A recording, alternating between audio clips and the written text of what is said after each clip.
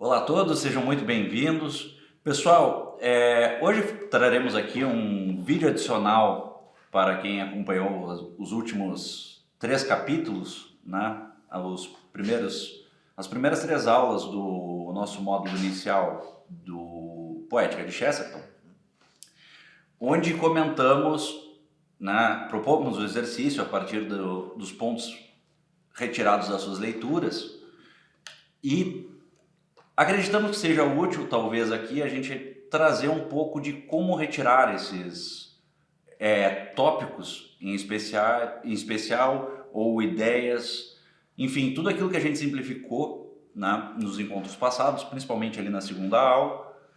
E, bom, para isso, leremos e faremos o processo, então, a engenharia reversa de como nós, pelo menos eu e o professor Rodrigo, tiramos os pontos principais dos artigos e das ideias de Chesterton. Vamos lá?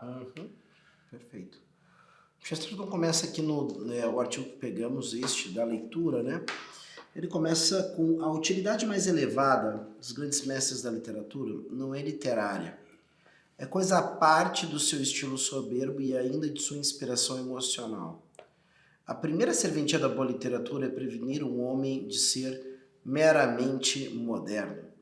Ser meramente moderno é condenar-se a uma tacanhez absoluta, assim como gastar os derradeiros centavos terrenos no último chapéu da moda é condenar-se a ser antiquado. A estrada dos séculos antigos está repleta de modernos mortos. A literatura clássica e imortal, fez a sua melhor obra a nos lembrar perpetuamente da verdade completa e contrabalançar ideias outras mais antigas com ideias às quais, por um momento, podemos estar propensos. A maneira como o faz, contudo, é suficientemente curiosa para que nela gastemos um pouco de tempo e entendamos completamente.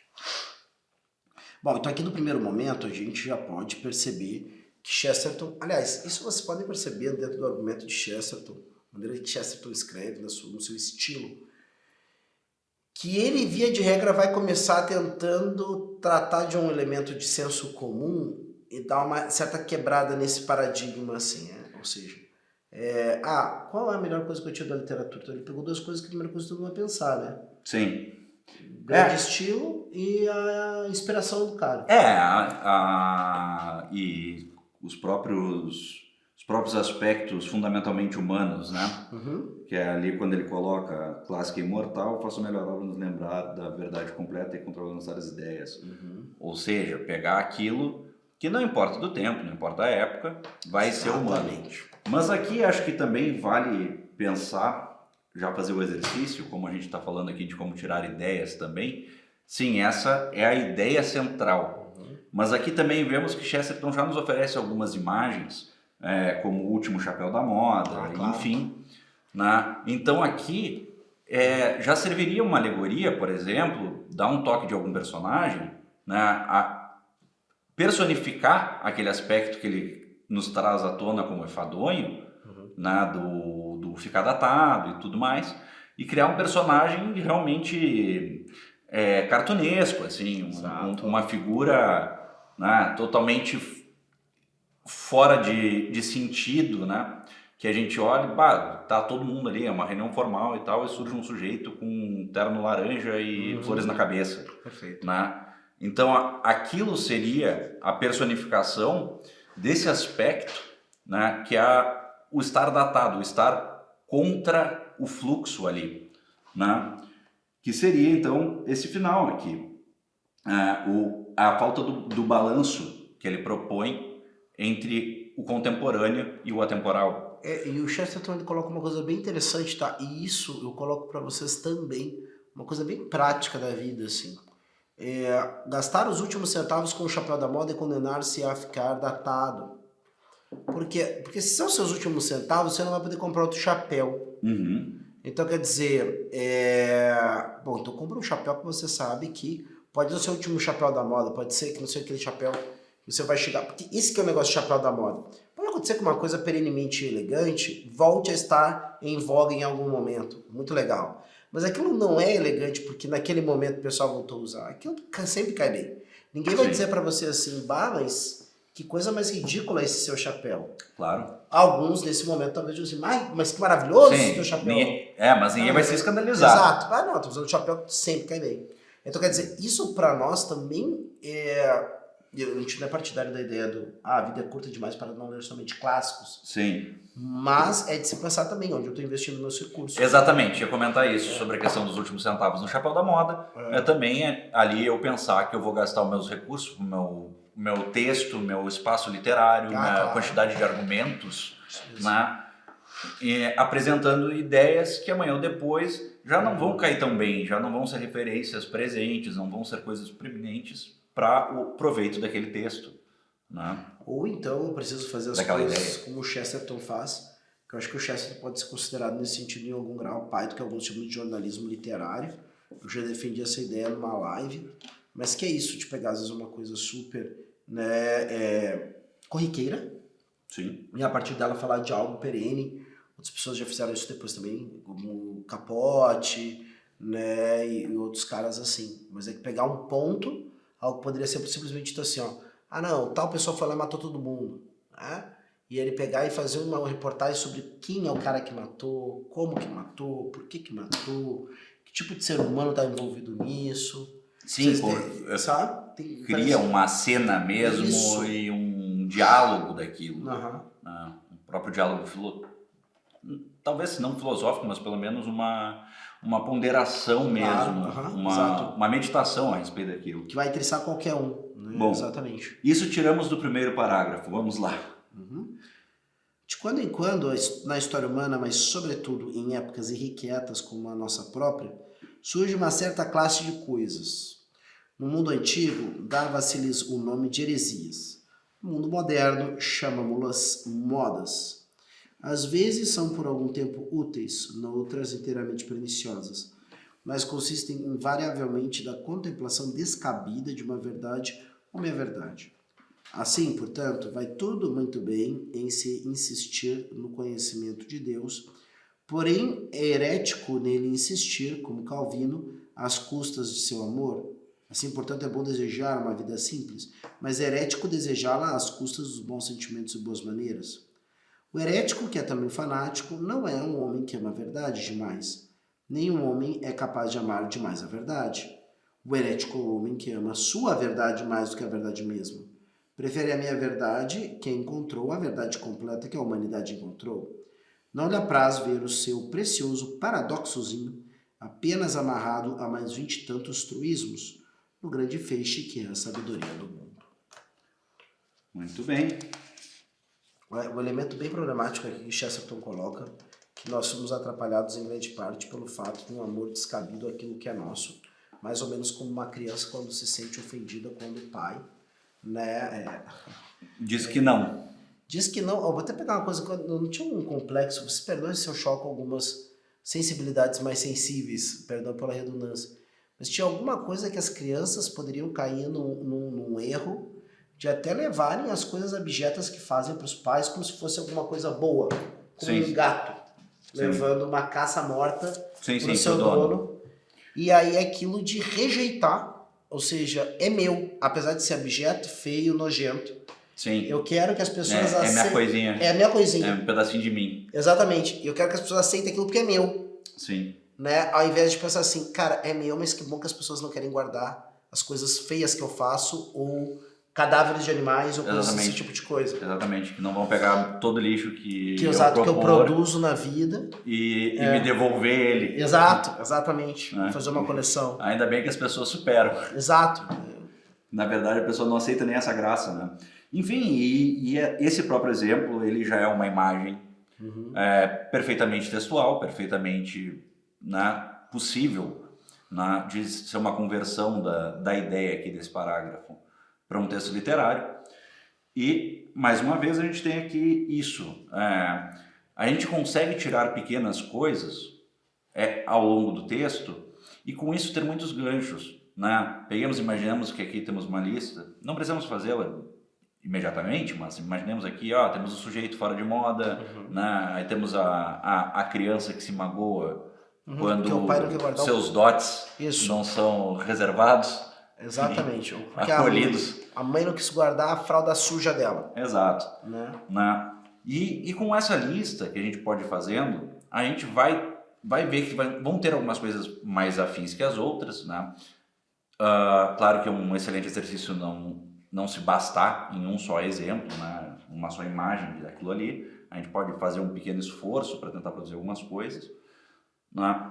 Mas também voltar aqui e olhar que, olha, talvez algumas palavras marquem mais que as outras. Algumas ideias ali vão ser mais centrais, né? Vejamos ali quantas vezes ele dá atenção para esse fato, né? Das pessoas não abrirem mão no parágrafo.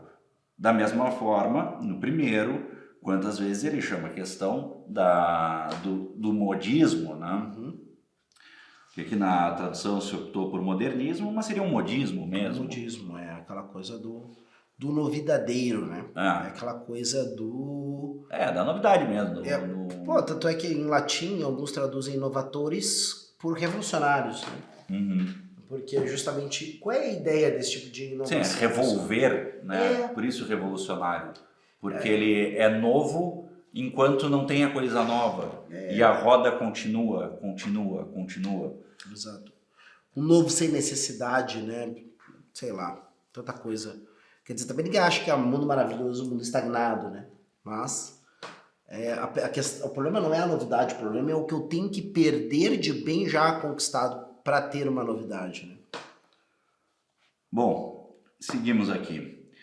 Por vezes, tais inovadores são de uma sinceridade mórbida, tal qual Tolstói, outros de uma eloquência sensível e feminina, como Nietzsche, e outras ainda do humor, coragem e espírito público admiráveis, como o Sr. Bernard Shaw. Seja como for, criam um rebuliço e talvez fundam uma escola. Mas sempre caem na mesma esparrela fundamental. Supõem ter descoberto uma nova ideia. Ora, a bem da verdade, o novo não é a ideia, e sim o isolamento da ideia. Pode-se encontrar a ideia mesma, é quase certo, espalhada ali e aqui e em todos os grandes livros, numa têmpera mais clássica e imparcial, de Homero, Virgílio, a Fielding e Dickens. Pode-se encontrar todas as novas ideias em livros velhos, apenas se haverá de encontrá-las equilibradas, cada qual no lugar que lhe cabe, e às vezes contraditas e subjugadas por outras ideias melhores. Os grandes escritores não descuidavam de uma moda por não terem pensado nela, descuidavam dela porque haviam pensado tanto na moda quanto em todas as outras respostas àquela moda. Perfeito. Perfeito. Esse é um outro... Por isso que às vezes algumas pessoas às vezes colocam para nós uma ideia... Isso aqui é interessante, eu não sei se... Tudo depende muito, e aqui eu vejo uma coisa, esse é o tipo de parágrafo que vai cair de um jeito ou de outro. Por isso que tem gente que às vezes manda mensagem para nós, para alguns textos, do Chesterton, não compreendi o que ele estava querendo dizer, e coloca algumas opções.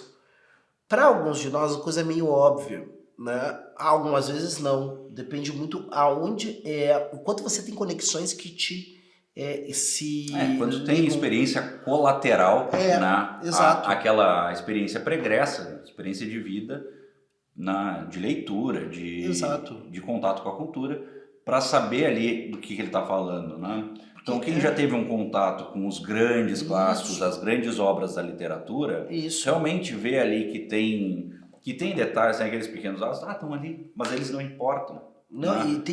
Eles são picados ali, né? Essas coisas mais datadas, mais da época. Que aquilo nunca é o fulcro, nunca é o centro. Nunca é o fulcro, exatamente. É sempre o adorno, né? É o tempero de alguma forma. Mas o centro normalmente são as questões mais profundas. Né? E claro, né, pensando nos grandes clássicos que precedem em milênios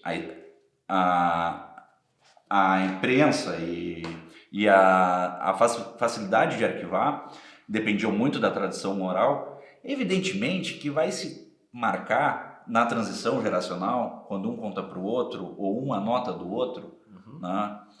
Porque, convenhamos, manuscritos não são eternos.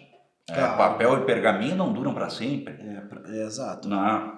É só pegar quem já teve a oportunidade de manusear um livro de uma centena de anos, ou pelo menos de meia centena, de 50 anos, já vê o nível de deterioração do material. É, então, assim, 2.000 anos é muito tempo. Por exemplo, 3.000, sei lá, quanto tempo Homero escreveu. É, coisa de... Mas muito foi da tradição oral. E aí a manutenção, a experiência humana, né? Ela é invariável. Isso. Ela é imutável. Então, os aspectos que não são aqueles mais espetaculares, no sentido de espetáculo mesmo, né? De show. Exato. Eles vão caindo por terra. E o que fica é o dado fundamentalmente humano da obra. Né? Então, é claro que o clássico, principalmente um clássico, quanto mais antigo for, isso vai ser muito persistente. Mas é aqui sim onde a gente deve olhar, até pelos exemplos mais contemporâneos que ele traz, como o Dickens. Sim, não, e tem uma coisa para mim que saltou nos olhos. Essa questão das coisas... Geralmente, como é que você sai da leitura de um clássico? Via de regra. Nunca é com essa sensação que o Victor comentava antes aqui as coisas estão datadas, ou isso aqui. Não. Geralmente a sensação que sai é, putz, como é que esse cara fala umas coisas que caem tão bem pra agora, ou pra Não, hoje. primeiro tu sai de uma aventura, tu sai cansado. Não, claro. De viver uma história, uma experiência, né? Uma jornada, claro, uma odisseia. Perfeito. Literalmente, tu lê a Odisseia, tu saiu de uma odisseia junto com o Odisseu, Ulisses. Perfeito. Né? Caminhou uma jornada ali ao lado. E passou por tudo aquilo.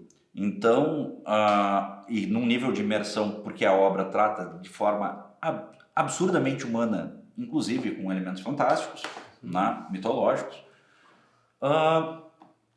que é muito natural aquela conexão com a obra. Né? Não há aquele fenômeno que o cinema chama de suspensão da descrença. Perfeito. Né? Que aquele momento que quebra, assim, percebe que tu não tá dentro daquela história, tu tá vendo um filme, tu tá lendo uma história. Os grandes clássicos, é muito mais raro que isso aconteça. Né? Na verdade, a gente acaba largando o livro por cansaço mesmo, assim, porque já tá muitas horas lendo, os olhos estão cansados, a cabeça está cansada, o tempo passou. Né? Muito tempo imerso numa atividade. Mas sim, quando vai parar para ponderar sobre aquilo, revisitar aquelas ideias todas que leu, seja no fim da obra, seja no fim de uma sessão de leitura, sim.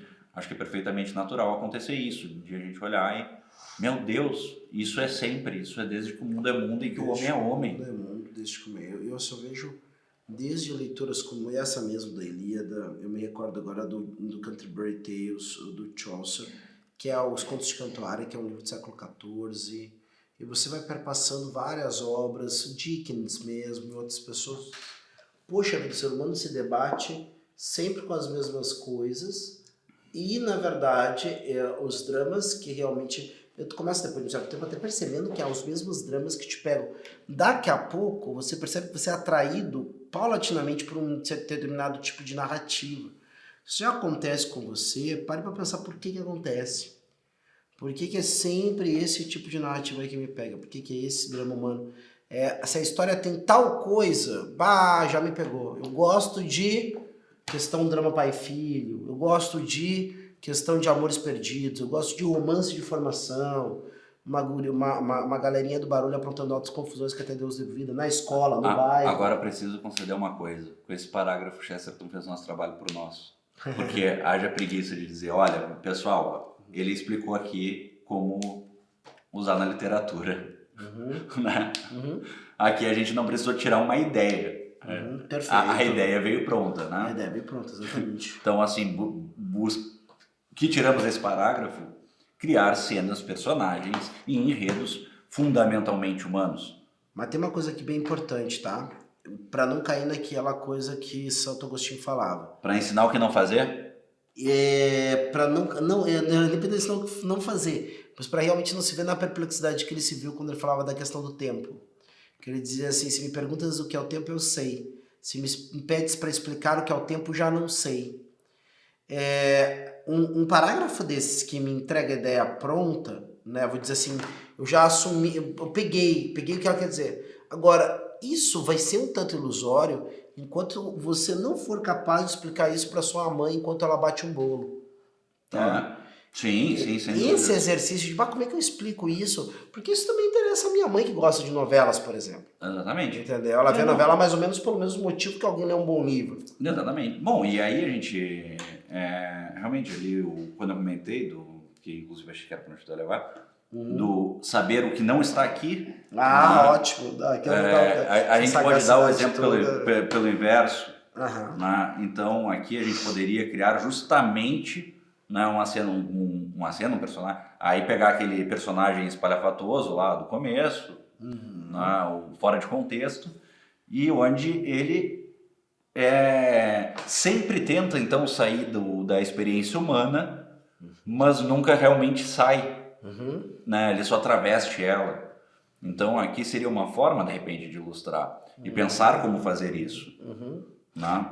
Aí nós temos também uma coisa que eu achei interessante, que é o personagem que ilustra. Isso é muito comum, tá? Quase um clichê, eu acho.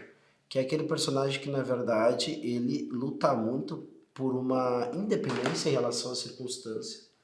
Mas como ele tem uma ideia muito errada acerca do que realmente é autonomia e independência... Como ele parte de um equívoco fundamental e não de uma premissa fundamental. Exato. Ou uma premissa errada, pelo menos. Enquanto ele mais luta para sair, né, dos níveis do shot, né? Um tanto quanto, exato.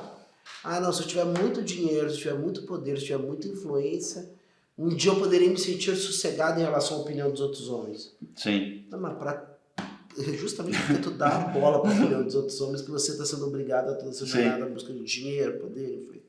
É mais fácil você dizer, né, que não, eu tô atrás disso porque é bom, ponto. Porque eu quero. Porque eu quero e acabou. Eu gosto. Mas em grande parte isso sim. E aí seguimos para esse capítulo aqui ainda, o último.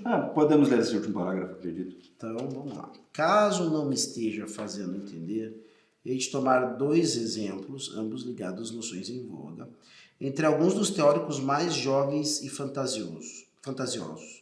Nietzsche, como é consabido, pregou uma doutrina que ele e seus seguidores, ao que parecem, tomam por coisa revolucionária. Dizia o filósofo que a moralidade altruísta ordinária fora a invenção de uma classe de escravos para impedir a emergência de homens superiores, que lhe fizessem oposição e acabassem por governá-los. Ora, as gentes modernas, quer concordem com uma coisa, quer não, delas sempre falam como se de uma ideia nova e perfeitamente inédita. Supõe-se com toda a calma e persistência do mundo que os grandes escritores do passado, digamos o Shakespeare, por exemplo, não entendiam a referida visão por ela não lhes ter ocorrido, por nunca lhes ter passado pela cabeça. Vá até o último ato de Ricardo III de Shakespeare e haverá de encontrar ali não apenas tudo quanto Nietzsche tinha para dizer, já dito em 2 linhas, como encontrará dito nas palavras mesmas de Nietzsche. Richard Krugbeck diz aos seus nobres: Conscience is but a word... Aqui ele está fazendo uma citação em inglês, eu vou ler a tradução que está na nota de rodapé. A consciência não é senão uma palavra de covardes, inventada para amedrontar os fortes? Repito, o fato é claro. Shakespeare já pensara em Nietzsche e na moralidade dos mestres, mas aferiu-lhe o valor apropriado e o pôs no lugar que lhe era apropriado. E o lugar que lhe era apropriado era na boca de um corcunda meio maluco à beira da derrota. Um tamanho furor contra os fracos só é possível num homem morbidamente valente, porém fundamentalmente doente. Um homem como Ricardo, um homem como Nietzsche. Apenas esse exemplo deveria destruir a fantasia absurda de que as filosofias modernas são modernas no sentido de não terem ocorrido aos grandes homens do passado. Eles pensaram nelas, só não pensaram elas serem grande coisa. Shakespeare não era cego à ideia de Nietzsche, viu a ideia e depois viu além dela. Em grande parte aqui a coisa é o seguinte, não é que as pessoas do passado não pensaram algumas das coisas que agora são propaladas como grandes ideias do presente. Descobriu a roda, né? Exato. Não, eles já tinham pensado isso, mas tiveram um bom senso de perceber diferente de nós que a ideia era uma grande furada. Seria o exemplo, ninguém nunca pensou em fazer a roda quadrada. Possivelmente já, só viram que não ia dar certo. Não ia dar certo, exatamente. Né? E isso é uma coisa, né, que vai estar sempre na obra do Chesterton, que é a esparrela do progresso. Que tudo que não foi feito é bom pelo valor da novidade. Né? Que a ideia do que o progresso por si só não é uma proposta. Né? Tu só pode progredir quando tu tem um ponto de partida, né? E um caminho para ser progredido. Né? Progredir a qualquer direção e tal é simplesmente andar à deriva, não é um progresso. Havia um personagem do sitcom, o How I Met Your Mother, que era o Barney. Quem vê esse sitcom sabe, o personagem reunião de todos os vícios, assim. E uma das coisas que ele tinha como adágio era: o novo é sempre melhor. É isso, esse é o tipo de cara que vai pensar uma coisa dessa. Exatamente. Entendeu? O cara foi pra pegar garotas, viver numa boa, não se preocupar, não se comprometer com ninguém. Na verdade é o sujeito, né, com o pavor de nutrir qualquer coisa. Exato. Né? Não quer ter uma samambaia sobre sua responsabilidade. Né? Exatamente, que é o sujeito que ali ele vai ter, né, ao momento que ele tem que observar algo, definhar pela sua incapacidade de tomar cuidado, né, ele abandona aquilo. Então é o mesmo sujeito que vai reclamar tantas coisas, reclamar de querer reivindicar questões, causas políticas, e bom, parece que agora fizeram isso. Então, cara, fizeram, agora cuidem. Agora é o problema de vocês. Agora eu vou reclamar a próxima coisa. É verdade. Né? Agora eu vou pedir, vou reivindicar tal coisa. E claramente aquilo nunca se cuida e vai virando uma montanha de problemas gerados, esperando que alguém resolva dentro de um caminhão de... Enfim, não é o assunto do vídeo, mas talvez para outro vídeo. Comente aqui se você quiser saber sobre isso, ouvir sobre isso. Perfeito. Mas então é isso, pessoal. Acho que aqui a gente conseguiu dar uma olhada do que se trata essa ideia de puxar, pegar um texto, né, extrair dali, né, ideias centrais, conseguir observar, olha, o que repete, o que se é exemplificado, né, quais são as ideias, qual é o certo, o que eu posso tirar daquilo ali, né? Talvez, acho que a grande ideia, quando a gente vai pegar um texto e encontrar o que é central dele, a gente poder imaginar que é tudo aquilo que a gente não pode tirar do texto para a ideia continuar lá, né? São todas aquelas palavras que não podem sair de uma frase para... né? Não roube porque roubar é errado, por isso, aquilo e aquilo outro. Bom, evidentemente que o isso e aquilo outro já pode sair. Né? Exatamente. Mas talvez, né, não roube porque é errado seja a noção principal. E assim por diante. Então a gente pode fazer isso com todo o texto que a gente lê e realmente experimentar, né? Como o professor Rodrigo falou, tente explicar aquela ideia para a sua mãe com suas próprias palavras e você saberá se você extraiu algo que faz sentido ou se você foi um infeliz na sua tentativa ou talvez se o autor de onde você está tirando suas ideias foi infeliz em propor. Isso mesmo.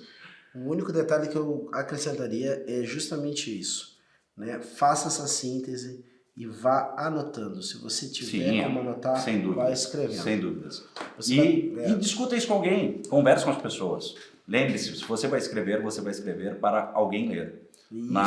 Às vezes as pessoas, não, mas o meu texto ficaria muito melhor se fosse de tal jeito, mas aí as pessoas parecem que não gostam. Então, mas você está escrevendo texto para quem?